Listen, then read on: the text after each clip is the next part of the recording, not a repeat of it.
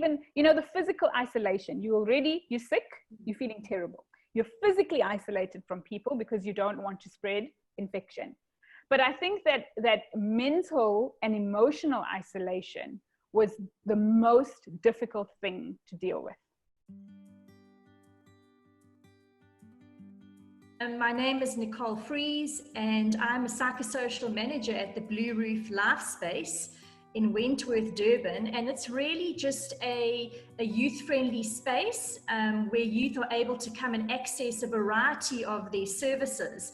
And today I'm joined by really a friend of the Blue Roof and a friend to the community of Wentworth, and that is Dr. Carmen James. And Carmen is an integrative doctor and health coach.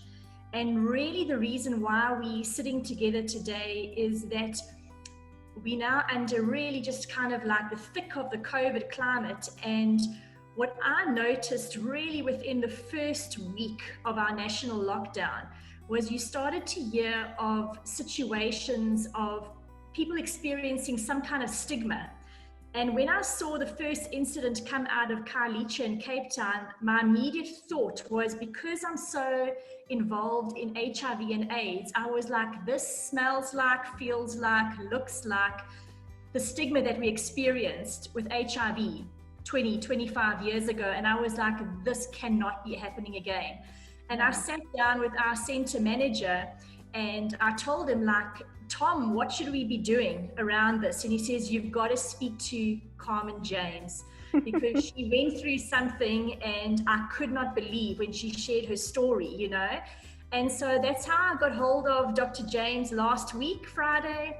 And we had a brief WhatsApp chat. And I just said, Carmen, I said, this is something that we have to record because there's so much negative messaging going around about COVID-19.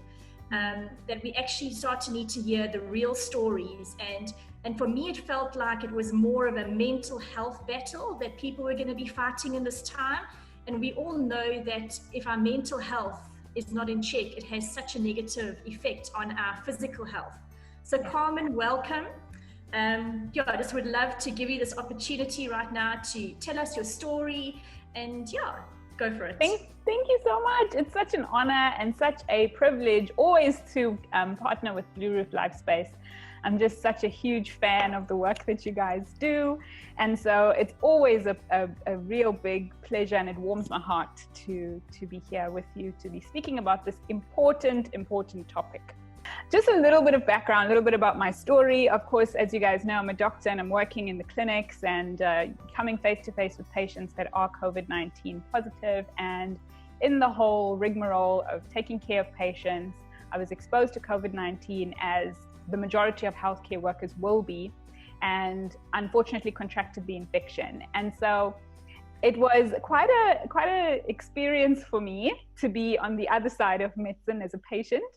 And in particular, with COVID-19 being something that I was almost consumed with even before I became infected with COVID-19, I was reading a lot and following a lot of the people who were doing reports on it, and watching a whole bunch of YouTube videos, reading articles. And so I was very much into learning as much as I could about this, and then boom, got hit with this infection myself and started feeling quite ill after about 48 hours of exposure. And after that, really for about 3-4 days, felt dreadfully ill, but not sick enough to go into like a hospital and, seek medical care. I was able to isolate at home, but I've never felt anything like that before in my life. Just feeling very fatigued, very tired, lots of body pain, sore throat, headache, and just complete lack of appetite and loss of sense of taste.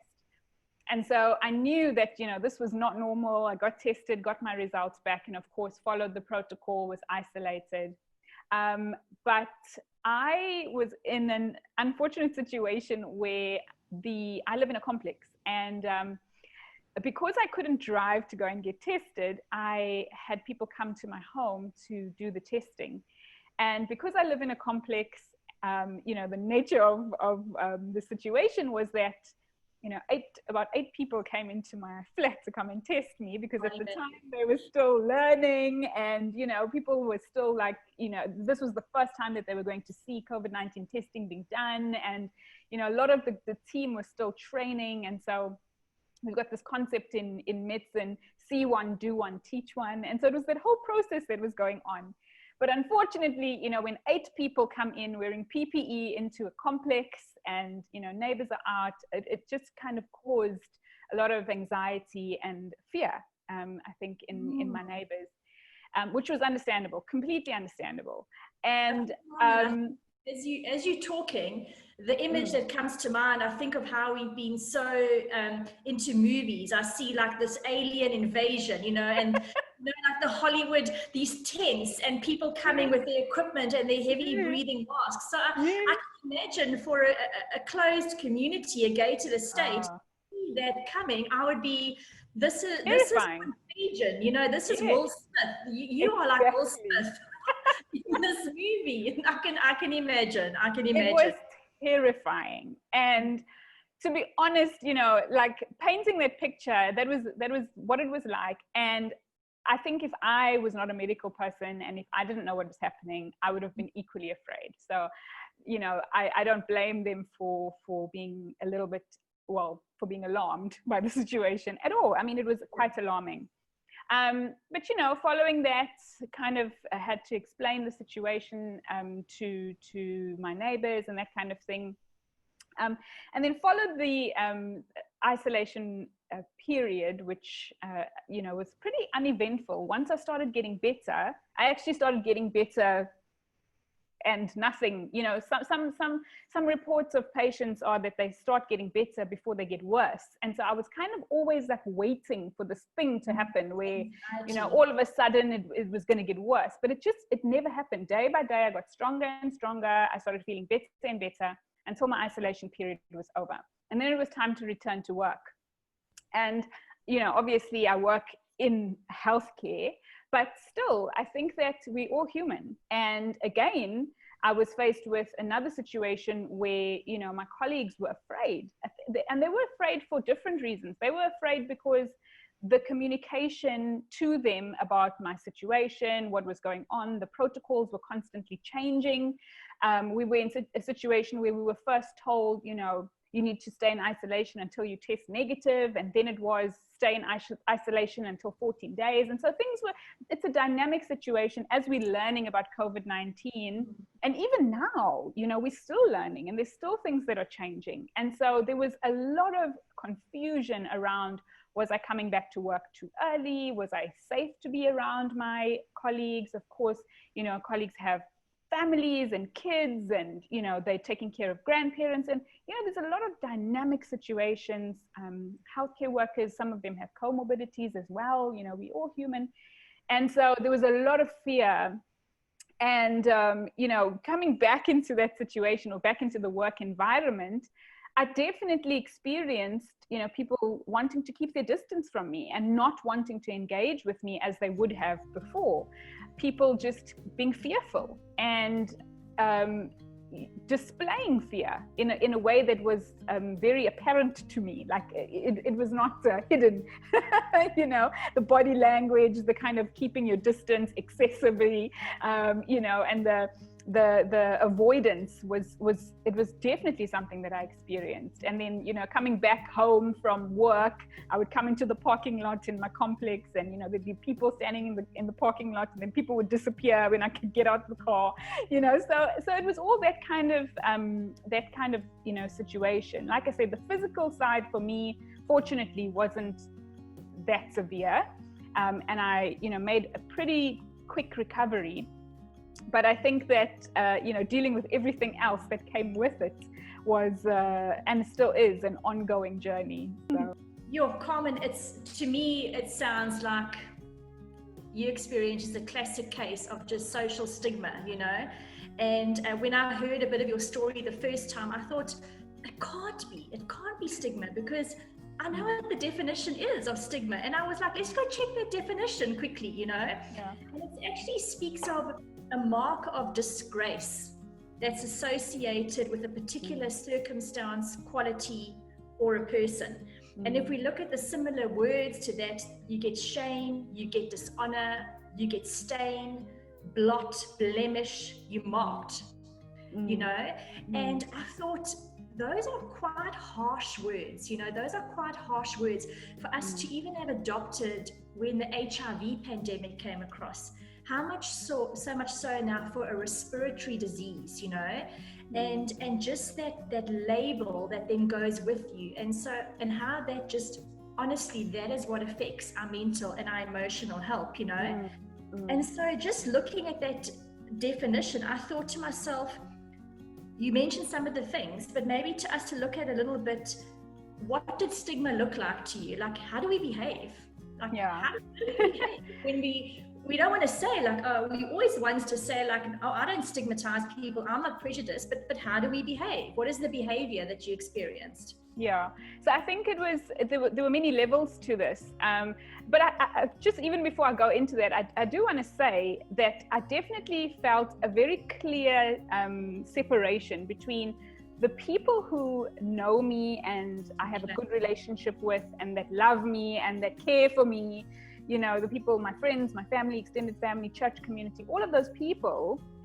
There was this outpouring of love and care and concern and compassion and just, you know, constant checking in, messages of support. Can I do anything for you? And that type of thing from those people that generally were the ones who knew me, as opposed to people who perhaps didn't know me that well, or people who were complete strangers that I had no idea. I think the behavior really was physical. So physical, you know, withdrawal and avoidance. I definitely experienced people, you know, in their body language, kind of, you know, from facial expressions to physically withdrawing and wanting to keep distance. And, you know, kind of, you know, these kind of, you mentioned disgust as one of the things, and definitely disgust can be read on the face, you know, kind of like a cringy and almost like a grimace, you know, whenever you come into their presence. It's almost as if like you are really disgusting, and almost like, you know, just by you being there, you are like how dare you be in my presence, you know, kind of thing. But then it was also the language. And the language that I experienced definitely, I think, online was very profound, because I started speaking about my story, not because I wanted to just, you know, be out there on social media and start talking about this. I started speaking about it for two very important reasons. The first was, unfortunately, one of the people who came to do the testing for me in my apartment made a voice note, which ended up getting spread to a large group of people. And the voice note went something along the lines of, you know, it was almost like somebody warning their friends and family to be safe because this COVID-19 thing is real. But it was a very clear breach in confidentiality. And so, you know, there were descriptors in the voice note that could be linked back to me. And so so I ended up getting these messages asking me, because at that stage I didn't have my results. Obviously, I'd just been tested and nobody knew that I was sick. And so people were messaging me, asking me, are you okay? We heard this voice note. We think it's you because you kind of fit the description of what they're saying. And so that was the first reason that I started sharing about this publicly. But the second reason that I started sharing about it publicly is because I believe that it is important. You know, we're getting a lot of negative press, you know, and a lot of negativity coming through in the media. And it's important because this is serious, right? But I also wanted to be able to use it as a teaching moment, to be able to educate and empower people. Because I think that we learn from storytelling, and I think that we learn from the experiences of others. And so I was hoping that by sharing my experience with other people, people would look at that, learn from it, be encouraged, know that COVID-19 is not necessarily a death sentence, even though it can be very severe for a group of people. And I was hoping that also it would be an opportunity for me to share about health and wellness, because this is something that is obviously threatening our health and our well-being. And this message of taking our health so importantly is something that I've been, you know, kind of working at for a long time. And this was an opportunity for me to encourage people to say, hey, you know, if ever there was a time to take your health seriously, the time is right now. And so I started speaking about it on social media and on public platforms.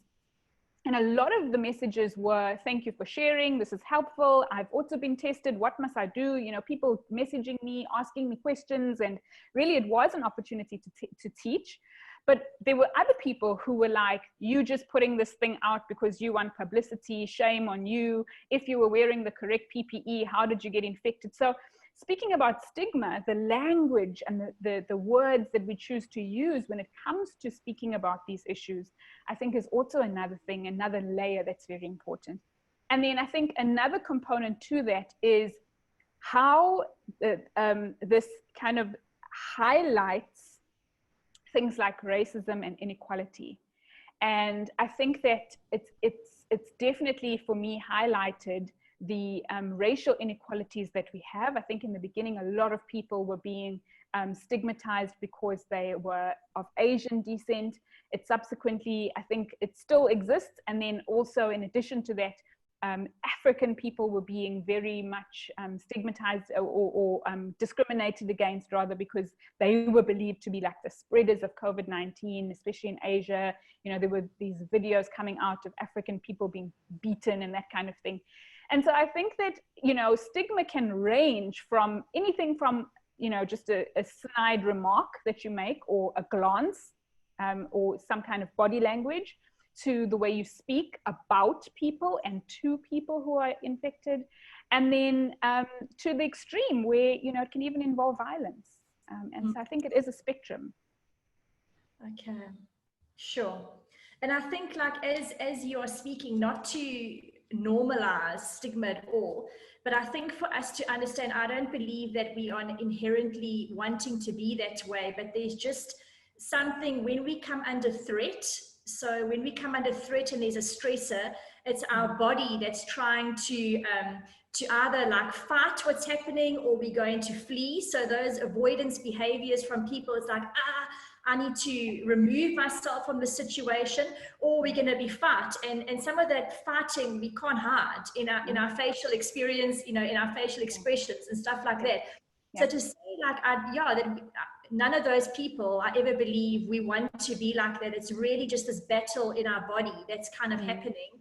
But if we're aware of that, then we start to go, oh, I felt that expression in my face, you know, I'm feeling that I'm distancing myself. Maybe that's not the right way to be handling it. Yeah. And so then my question would be, going through all of that, how does it make someone feel? You know, terrible. Terrible.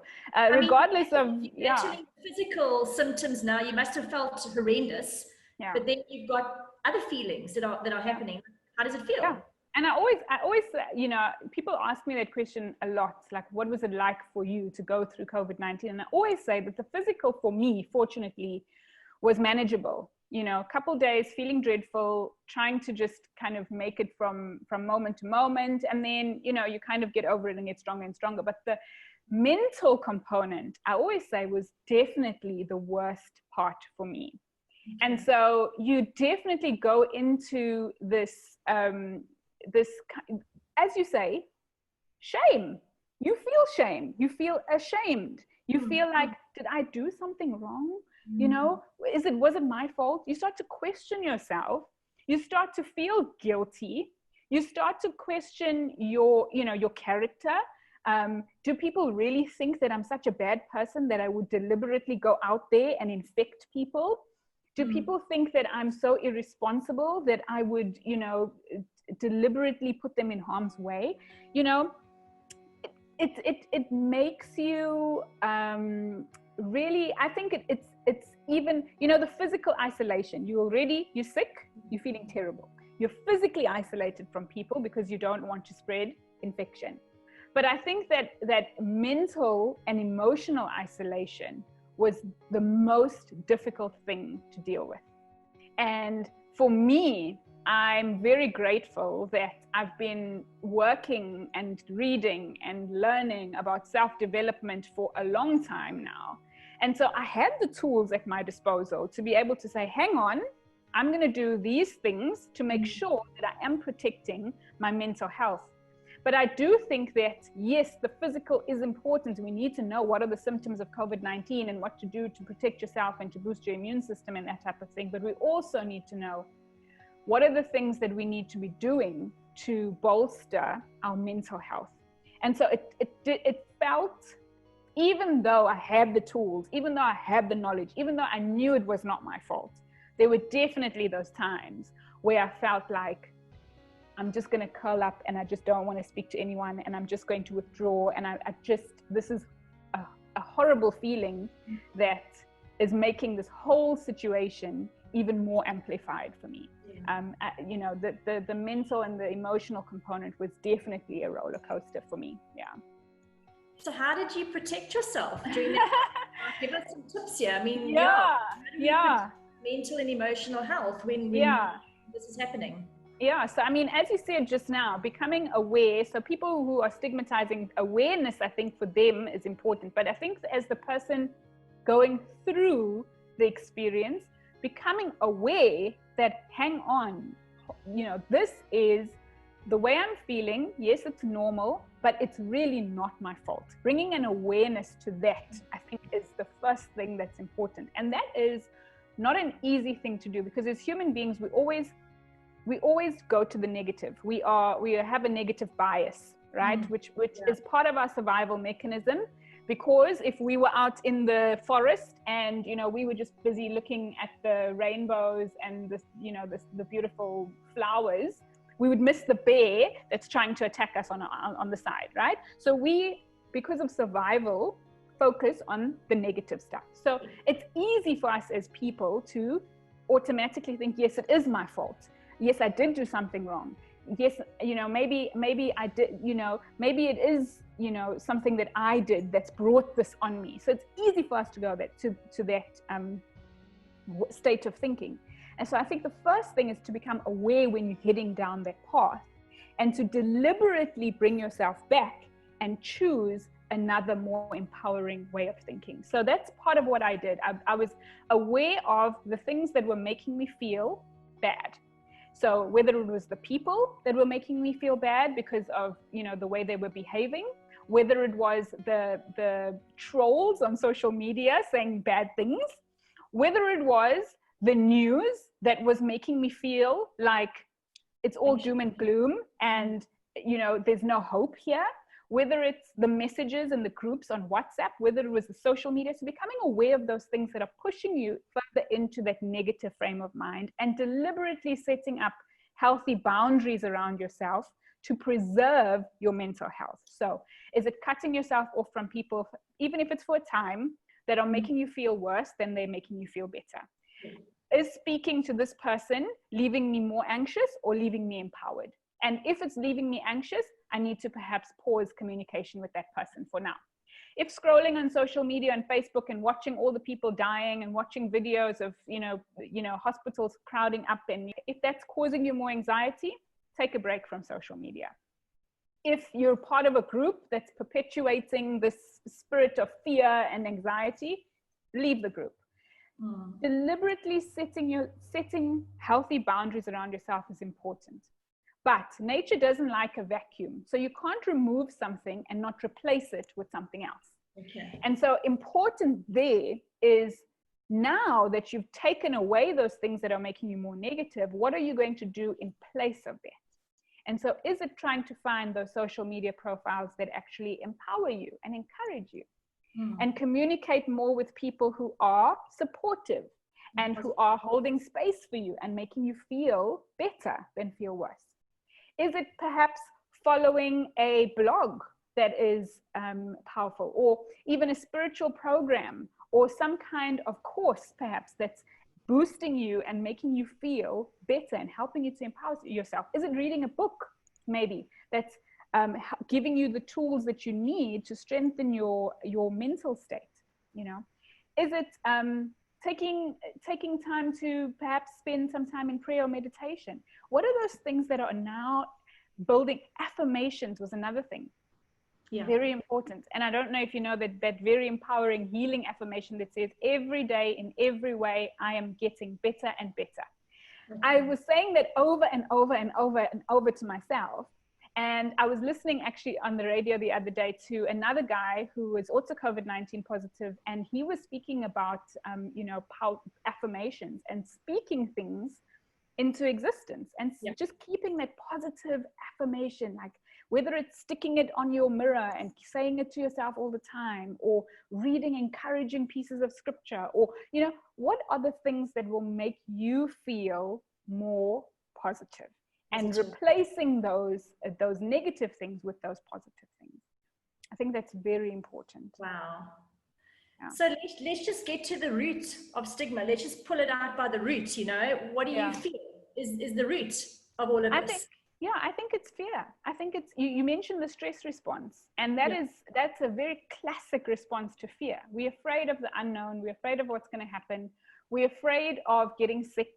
We're afraid of spreading it to our families. We're afraid of, of this thing that we cannot see. Yeah. And that's always changing. And one day you hear one thing and the other day you hear something else. And it's just this constant threat that is, and, our interpretation in our bodies is a threat to our survival. And so that stress response that we're seeing as manifesting as stigma is definitely part of the fear response. And I think that fear is the root cause of all these things that kind of divide us and separate us from each other, whether it's racism or sexism or whatever the case may be. It's fear of what we don't know and what we don't understand. And so I think that's important for us to remember, that fear really is a stigma, rather, is really a manifestation of fear. Yeah, like as you're speaking, I can remember once we had an HIV training program, and we broke down the analogy of fear, and we said it was feeding the enemy of AIDS repeatedly. So the way that stigma carries on is if we feed it and we feed it and we feed it the whole time by the things that we're thinking. So on that note, then what would be a role that we could play to help actively reduce it? Like, how would you encourage us, this is real, fear's here, stigma's here, how do we reduce it?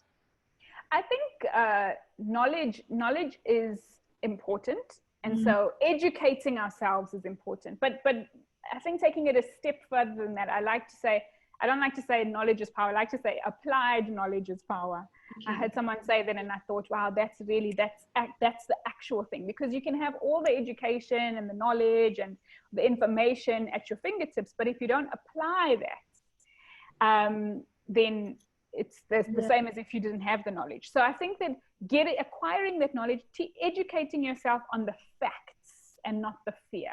It's very easy to get stuck in these conspiracy theories and, is it this, is it that? And getting your information from credible sources. And I do understand that at the moment, because things are still very dynamic, that information is changing. But I think that making sure that you are informed is the first place. The second place, I think, is to remember. Okay, so I was thinking about it like this, is that oftentimes because we're afraid of something, we're afraid of something because we don't know it, it's not familiar to us, right? Mm-hmm. And I think that as COVID-19 progresses, we're going to get more and more people that we know. We're going to be putting faces to this infection. Yeah. And so I think it's important to start to develop empathy by putting ourselves in the shoes of people who are experiencing this infection. And whether it's thinking about it as, how would I feel if it was me in this situation and somebody was treating me like this? Or how would it feel if my mom or if my dad or if my brother or sister were going through this situation? So how can we become more empathetic in the way we are carrying ourselves? And I think conversations are also important. So talking about it, I think important there is also how we talk about it. So choosing our language and making sure that even if you are in a situation, let's say you stuck in a conversation with somebody who is promoting stigma, just the language that they're using, addressing those issues as they come up. Because I think that part of the reason why we have this ongoing stigma is because we're not speaking up when it's happening.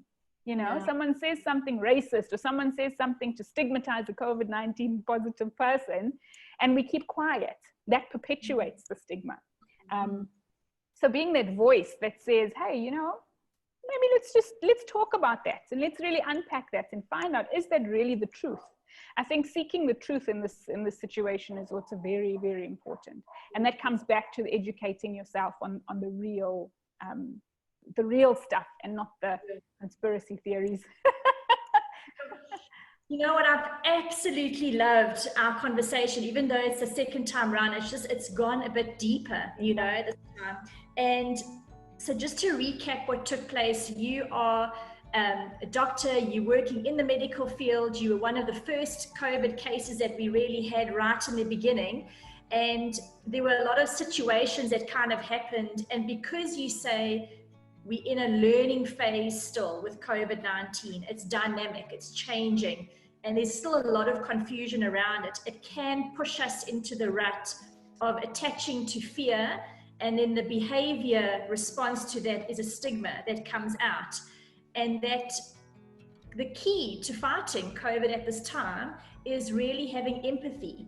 And empathy for many people can be quite a big word, quite a loose word. And I'll never forget when I studied social work, it was, like you said, entering the shoes of somebody else and imagining what it's like to walk in their shoes for that moment, And so to be critical to ask now, how would I be feeling if that was me right now? If my child was having infection, how would I as a mom be feeling? So therefore, what does that mom need at this time? What does that colleague need at this time? What does that family member, that friend need at that time? Because this is how I would feel, And so, and that's such a free, easy, accessible thing to do.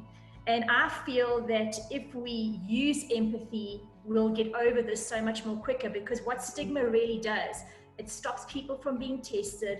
It makes people hide so they still want to go to work, that especially under a climate where so many people have lost their jobs. It's like, I can't afford to stay at home again, So stigma is going to prolong the disease if we don't have empathy with it. So Carmen, as we wrap up, we're going into the thrust of it now. If someone was to become infected with COVID and they're experiencing stigma, how would you encourage them? So 2 things I would say. The first thing I would say is the way people are responding to you is not your fault. It is a manifestation of the fear that they are experiencing. And so the second thing is to have compassion for those people, because they are afraid. And I think that it's easy to get angry and frustrated and feel like this is unfair, it's an injustice, and sometimes that can cause us, as the person being stigmatized, to lash out and to want to, send, a nasty message back, whether it's on social media or whatever the case may be, or say something. And so just remember to pause and to show compassion to those people, because really, even though it is hurtful to go through that experience, just remember that it's not personal, and that it's in fact a display of that person's own vulnerability and that person's humanity. And so facing that or meeting that rather with compassion is going to be the most open-hearted response in a time where, as human beings, we need to be more open-hearted. And so that would be my encouragement.